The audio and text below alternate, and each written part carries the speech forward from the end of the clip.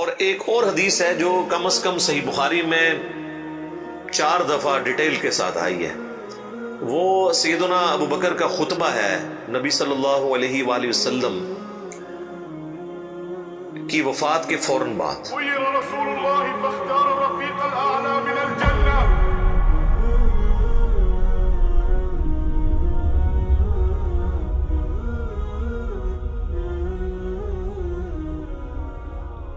اس کے اوپر میری الگ سے بھی کئی ایک ویڈیوز ریکارڈڈ ہیں جس میں میں نے وہ احادیث ڈسپلے بھی کی ہیں صحیح بخاری کے اندر، کہ جب نبی صلی اللہ علیہ وآلہ وسلم کی وفات ہوئی تو سیدنا ابو بکر جو ہے وہ حجرہ عائشہ میں داخل ہوئے، چونکہ محرم بھی تھے، اور اس حال میں کہ انہوں نے دیکھا کہ مسجد میں جھمگٹا لگا ہے اور سیدنا عمر جو ہے وہ تلوار اٹھائے کھڑے ہیں کہ جو کوئی کہے گا کہ محمد صلی اللہ علیہ وآلہ وسلم دنیا سے جا چکے ہیں تو میں اسے قتل کر دوں گا۔ قبض رسول اللہ یا عمر۔ ما تقولون ثكلتكم امهاتكم؟ قطع الله ألسنة من يزعم أن رسول الله صلى الله عليه وسلم توفي. لا. بلى يا ابن الخطاب، خرج الخبر من بيت عائشة أم المؤمنين. قلت لا. سیدنا ابو بکر حجرہ عائشہ میں داخل ہوئے، اللہ کے نبی صلی اللہ علیہ وآلہ وسلم کے مبارک چہرے سے کفن ہٹایا اور آپ کے ماتھے پر بوسہ دیا اور کہا، اے اللہ کے رسول، اللہ تعالیٰ آپ پر 2 موتیں کبھی جمع نہیں کرے گا، ایک موت آپ کا مقدر تھی وہ تو آپ کو آنی تھی، یعنی ہر انسان کے لیے ایک ہی موت ہے، دوسری موت نہیں۔ اب آپ آخرت کی زندگی میں چلے گئے تو موت کا مزہ جو ایک دفعہ تو سب نے چکھنا تھا وہ آپ نے چکھ لیا۔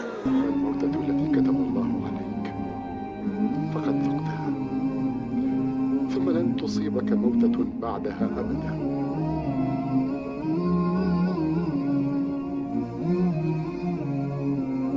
یہ 2 موتیں جمع نہیں کرے گا، اس کا مطلب یہ تھا کہ سیدنا عمر کو جو یہ غلطی لگ گئی تھی کہ شاید نبی علیہ السلام ڈورمنٹ پوزیشن میں چلے گئے ہیں اور آپ دوبارہ دنیا میں واپس آ جائیں گے، جس طرح کہ سیدنا موسیٰ علیہ السلام کوہ طور سے واپس آئے تھے، تو اس کی آپ نے نفی کی کہ نہیں، اس طرح نہیں ہو سکتا، ایک ہی دفعہ موت آنی ہوتی ہے، اب حضور کو موت آئی، اب آپ دنیا میں واپس نہیں آئیں گے۔ سورۃ الواقعہ میں سورہ یاسین میں واضح موجود ہے کہ جو دنیا سے چلا گیا وہ واپس نہیں آئے گا۔ اور اس کے بعد سیدنا ابو بکر، صحیح بخاری کے الفاظ ہیں، مسجد نبوی میں آئے اور دیکھا کہ سیدنا عمر کے گرد لوگ جمع ہیں، تو وہ سیدھا ممبر پہ چڑھے اور کہا، عمر کو اس کے حال پہ چھوڑ دو۔ یعنی اس وقت حضرت عمر کو یعنی سمجھانے کی لوگ کوشش کر رہے تھے، تو انہوں نے کہا ان کو چھوڑ دیں، آپ میری طرف متوجہ۔ چونکہ سیدنا ابو بکر کا ایک مرتبہ اس حوالے سے سیدنا عمر سے بھاری تھا، لوگ ان کی طرف متوجہ ہوئے، تو انہوں نے ممبر پر چڑھتے ہی پہلا جملہ حمد و ثناء کے بعد جو بولا وہ پاکستان کے قانون 295C میں کروڑوں لوگ شاید اسے گستاخانہ جملہ سمجھتے ہیں، اگر ان کو پتہ نہ ہو کہ یہ سیدنا ابو بکر کا خطبہ ہے۔ ہم نے سوشل ایکسپیریمنٹ بھی کیا اس پہ، کسی کو بتایا کہ بھئی یہ دیکھیں، اگر کوئی شخص یہ کہے کہ جو شخص محمد کی عبادت کرتا تھا وہ جان لے کہ محمد مر چکے ہیں، اور جو اللہ کی عبادت کرتا ہے وہ جان لے کہ اللہ زندہ ہے، اسے کبھی موت نہیں آئے گی، تو آگے سے جواب سننے کو ملا، یہ کون گستاخ ہے جس نے یہ بات کی ہے؟ کوئی بھی نہیں، حضور کی تو عبادت کوئی بھی نہیں کرتا ہے، کون ان جملے بنا دو۔ تو ہم نے بتایا یہ بخاری شریف میں کم از کم 4 جگہ موجود ہے، وما محمد الا رسول، تو قرآن میں آیا نا۔ صحیح بخاری میں حضرت ابو بکر کے خطبے کے الفاظ یہ ہیں، من کان یعبد محمدا فان محمدا قد مات، جو کوئی بھی تم میں محمد کی عبادت کرتا تھا تو جان لے کہ محمد مر چکے، مات کے الفاظ ہیں۔ فإنه من كان يعبد محمدا فإن محمدا قد مات۔ وَمَن يَعْبُدُ اللَّهَ، اور جو کوئی اللہ کی عبادت کرتا ہے یا کرے گا، مضارع کا صیغہ استعمال ہوا ہے، فَإِنَّ اللَّهَ حَيٌّ لَا يَمُوتُ، تو بے شک اللہ تعالیٰ زندہ ہے، اسے کبھی موت نہیں آئے گی۔ تو یہ خطبہ آپ نے یعنی پڑھا، اور پھر اس کی دلیل میں سیدنا ابو بکر نے قرآن کی یہی آیت تلاوت کی، سورہ آل عمران آیت نمبر 144، اور امام بخاری نے کتاب التفسیر چیپٹر جو قرآن کی تفسیر کا لکھا ہے صحیح بخاری کے اندر، اس آیت کو انہوں نے ہیڈنگ بنا کے یہ حضرت ابو بکر کا خطبہ نقل کیا ہے۔ وما محمد الا رسول قد خلت من قبله الرسل افإن مات او قتل انقلبتم على اعقابكم. محمد تو نہیں مگر ایک رسول، اگر یہ مر جائیں یا قتل کر دیے جائیں تو کیا تم دین سے الٹے قدم پھر جاؤ گے؟ وما محمد إلا رسول قد خلت من قبله الرسل أفإن مات أو قتل انقلبتم على أعقابكم ومن ينقلب على عقبيه فلن يضر الله شيئا وسيجزي الله الشاكرين. اور جو کوئی دین سے الٹے قدم پھرے گا تو اللہ کا کوئی نقصان نہیں کرے گا، اور اللہ تعالیٰ ثابت قدم رہنے والوں کو جزا دے گا جو شاکرین ہوں گے، شکر گزاری کی روش اختیار کرنے والے. پھر آپ نے اگلی ایک اور آیت تلاوت کی، سورہ الزمر کی آیت نمبر 30، انک میت وانہم میتون، اے نبی بے شک تمہیں بھی مرنا ہے اور تمہارے مخالفین کو بھی مرنا ہے. وہ آیت بھی آپ نے تلاوت کی. تو آپ اندازہ کریں کہ یعنی صحابہ کرام جو ہیں وہ اپنی بات کی دلیل میں قرآن سے آیات پیش کیا کرتے تھے. وہ کہتے ہیں ساڑھے خلاف آیتاں پڑھ دینا جی قرآن تو بھئی قرآن اگر تھوڑے خلاف آیت ہے نا تو تھی مسلمان نہیں ہو، کیونکہ مسلمان تو وہ ہوتا ہے کہ جو قرآن کے مطابق ہو، نہ کہ یہ کہ اس کے عقیدوں کے خلاف قرآن میں آیت آ جائے. تو اگر کوئی کہہ رہا ہے ساڑھے خلاف آیتاں پڑھ دے تو سمجھ لو کہ پھر تسی تو کافر ہی ہوئے نا. مسلمان کے خلاف تو قرآن کی آیت نہیں پڑھی جا سکتی نا. اگر آپ کا وہ عقیدہ ہے تو آپ کے خلاف کہاں سے ہوگی؟ تو صحابہ کرام دیکھیں کہ قرآن سے دلیل پیش کیا کرتے تھے، یعنی وہ اپنی بات کی دلیل بھی قرآن سے پیش کرتے تھے. لیکن یہاں پہ ایک بڑی حیران کن چیز ہے جس کو میں نے ہی پوائنٹ آؤٹ کیا ہے، میں نے کہیں پڑھے ہوئے نہیں یہ دیکھا، حالانکہ یہ بہت ضروری تھا کہ اس چیز کو ہائی لائٹ کیا جاتا، کہ حضرت ابو بکر نے ایک فرضی جملہ کیوں بولا؟ کوئی ضرورت نہیں تھی، اور جملہ بھی ان لوگوں کے سامنے بولا کہ جن میں سے کوئی بھی رسول اللہ کی عبادت نہیں کرتا تھا.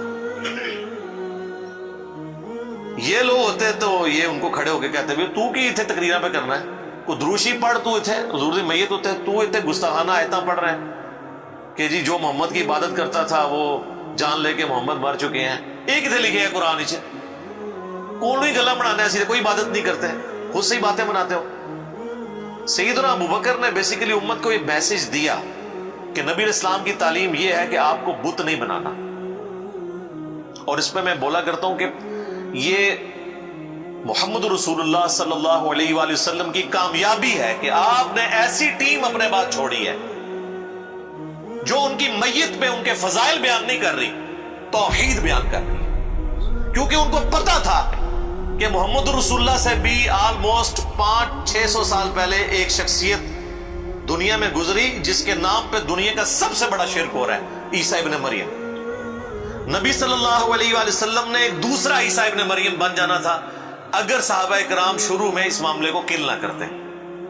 اور یہ انہوں نے اپنی ذاتی اختراع نہیں تھی، یہ نبی الاسلام کی مبارک تربیت کا اثر تھا، کیونکہ صحیح بخاری میں موجود ہے، دیکھنا میری شان کو اس طرح بلند نہ کرنا جس طرح عیسیٰ ابن مریم کے ماننے والوں نے ان کو ان کی شان میں بڑھا دیا، ڈیوینٹی ان کے بارے میں کلیم کر دی. میں اللہ کا بندہ اور اس کا رسول ہوں، مجھے اللہ کا بندہ اور اس کا رسول ہی کہنا. تو دیکھ لیں سیدنا ابو بکر نے عقیدہ توحید اس وقت امت میں راسخ کیا. یہاں تو کوئی پیر کوئی بزرگ مر جاتا ہے نا تو اس کی شان میں نغمے بنا لیے جاتے ہیں. یہ بھی دیکھ لیں آپ، کل خادم رضوی صاحب کی ڈیتھ کے اوپر وہ کسی نے راتوں رات بیٹھ کے ترانہ بھی لکھ لیا ہے، اور وہ ترانہ انہوں نے بڑے اچھے انداز میں اس کو گا بھی دیا ہے، اور ان کی میت کے اوپر وہ چل بھی رہا ہے. اور نبی علیہ السلام سے زیادہ تو کوئی تعریف کے لائق نہیں ہے نا مخلوقات میں، لیکن آپ کی میت کے اوپر کوئی درود شریف کی کوئی گھیٹیاں نہیں پڑیاں جا رہی ہیں، کوئی چادر نہیں کھلاری ہوئی، توحید کا خطبہ بیان ہو رہا ہے کہ اللہ کے نبی فوت ہو چکے ہیں. سیدنا عمر کے الفاظ ہیں صحیح بخاری میں، جب میں نے ابو بکر کا یہ خطبہ سنا تو میری ٹانگیں میرے جسم کا بوجھ نہیں اٹھا سکی. اچھا آپ لوگ قرآن و حدیث سنتے ہیں تو غصہ آ جاتا ہے. صحابہ قرآن و حدیث اپنے عقیدے کے خلاف سنتے تھے نا تو ان کی ٹانگیں ان کے جسم کا بوجھ نہیں اٹھاتی تھی، وہ اتنے پشیمان ہوتے تھے کہ میں غلط کانسیپٹ کے اوپر ہوں، میں فوراً رجوع کروں. اور سیدنا ابو بکر کے خطبے کے بعد سیدنا عمر کہتے ہیں مجھے یقین آ گیا کہ حضور فوت ہو چکے ہیں. اور پھر بخاری کے الفاظ ہیں، صحابہ کہتے ہیں کہ ہم کئی دن تک ہماری یہ حالت تھی، جب ہم ایک دوسرے کو ملتے تھے نا تو ہم یہ آیت سناتے تھے وما محمد الا رسول قد خلت من قبلہ الرسل، یہ سورہ آل عمران کی آیت نمبر 144، تاکہ ہمیں یہ یقین آ جائے کہ نبی الاسلام دنیا سے جا چکے ہیں۔ ایک دوسرے کو یہ آیت سنایا کرتے تھے، گستاخانہ آیت، یہ تو گستاخانہ ہی کہتے ہیں، یہ ہوتے تھے جناب ایک دوسرے نو جناب کچھ اور ہی سنا دے، ناتا سناتے رہتے۔ تو صحابہ نے ظاہر ہے انہوں نے تو مشن لے کے چلنا تھا نا، ان کو تو پتا تھا کہ پیغمبر کا کام ہے اللہ کا پیغام دنیا تک پہنچانا، اس کے بعد وہ امت کے کام حوالے کر کے چلے گئے۔ اب پیغمبر کے ساتھ نسبت اس کی ہوگی، محمد رسول اللہ کا لاڈلا قیامت کے دن وہ ہوگا، حضور کی شفاعت کا حقدار وہ شخص ہوگا جو نبی الاسلام کے مشن کو آگے لے کے چلے گا۔ یہ نہیں ہے کہ جو جتنا اونچا نعرہ مارے گا۔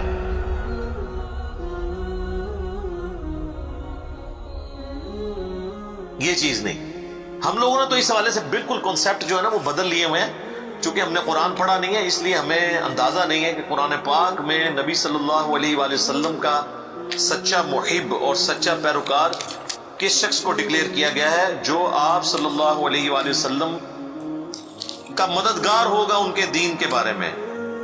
یہ بڑی سخت آیت ہے جی، یقین کریں انسان ہل جاتا ہے جتنی بار اسے پڑھتا ہے۔ آیت نمبر ہے 157 اور 158۔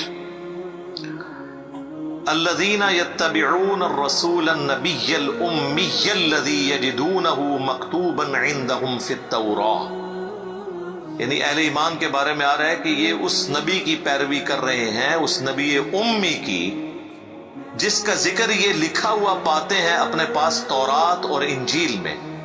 یأمرهم بالمعروف، جو انہیں حکم دیتے ہیں نیکی کا، وینہاہم عن المنکر، اور روکتے ہیں انہیں برائی سے، ویحل لہم الطیبات، اور حلال کرتے ہیں ان کے لیے پاکیزہ چیزیں، ویحرم علیہم الخبائث، اور حرام کرتے ہیں خبیث چیزیں، یعنی اللہ کے اذن سے وہ شریعت کا پیغام پہنچاتے ہیں۔ ویدع عنہم اسرہم والاغلال التي كانت عليهم، اور جو بوجھ ان پر پڑ چکے تھے، جو ان کے گلوں میں توق تھے، جو خود ساختہ ایک قسم کی شریعت اڈاپٹ کر لی تھی، وہ ان سے دور کرتے ہیں۔ فالذین آمنوا، پس جو ان پر ایمان لائے، بہی، اس کے اوپر جو ان کے ساتھ نازل ہوا، وعزروا، اور ان کی عزت کرے، ونصروا، اور ان کی مدد کرے، واتبعوا النور الذی انزل معہ، اور اتباع کرے اس نور کی جو ان کے ساتھ نازل ہوا، یعنی قرآن۔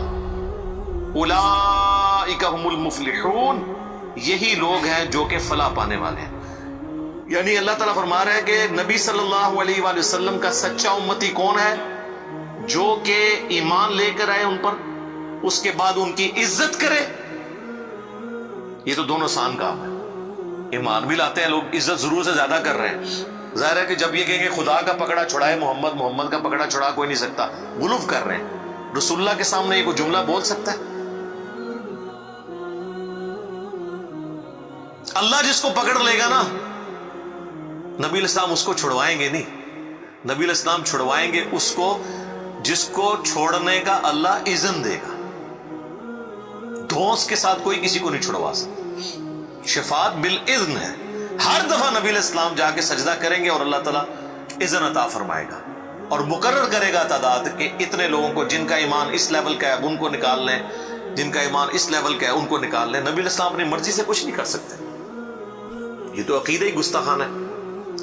تو اللہ تعالیٰ ہمارا ایمان لاؤ اس نبی کے اوپر، عزت کرو، وَنَصَرُوا، اور مدد کرو ان کی کاز میں، ان کے مشن میں، وَاتَّبَعُوا النُّورَ الَّذِي أُنزِلَ مَعَهُ، اور اتباع کرو اس نور کی جو ان کے ساتھ نازل ہوا، یعنی قرآن۔ اولئک هم المفلحون، ایسے لوگ ہیں فلاح پانے والے، یہ لوگ فلاح پائیں گے۔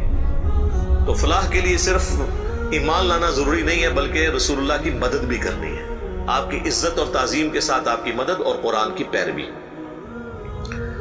تو صحابہ اکرام نے حضور کی میت کے اوپر عقیدہ راسخ کر کے بالکل صحیح بات بتا دی، اور آپ دیکھیں صحابہ کو کبھی یہ وہم بھی نہیں آیا تھا کہ نبی علیہ السلام سے ہم نے جا کے اب ڈائریکٹ کوئی بات کرنی ہے، ورنہ آپ دیکھیں حضور کی میت رکھی ہوئی ہے، صحیح بخاری میں ڈیٹیل موجود ہے، میرا ایک کلپ بھی ریکارڈڈ ہے، سیدہ فاطمہ کا قاتل کون، اس میں نے ڈیٹیل سے سقیفہ بنی ساعدہ کی حدیث بیان کی تھی کہ کسی کے دماغ میں بھی یہ مشورہ نہیں آیا کہ نبی علیہ السلام سے آپ کی ابھی میت باہر ہے، ابھی تو قبر میں نہیں گئے، جو لوگ قبر پہ جا کے مانگتے ہیں اور بزرگ بابوں کی، رسول اللہ تو ابھی ان کی میت باہر رکھی ہوئی ہے، جا کے آپ کے میت سے جا کے پوچھ لیں کہ یا رسول اللہ بتائیں آپ کا سکسیسر کون ہے آپ کے بعد. کسی کو وہم نہیں آیا. بعد کے لوگ پتہ نہیں کیا کیا دعوے کرتے ہیں.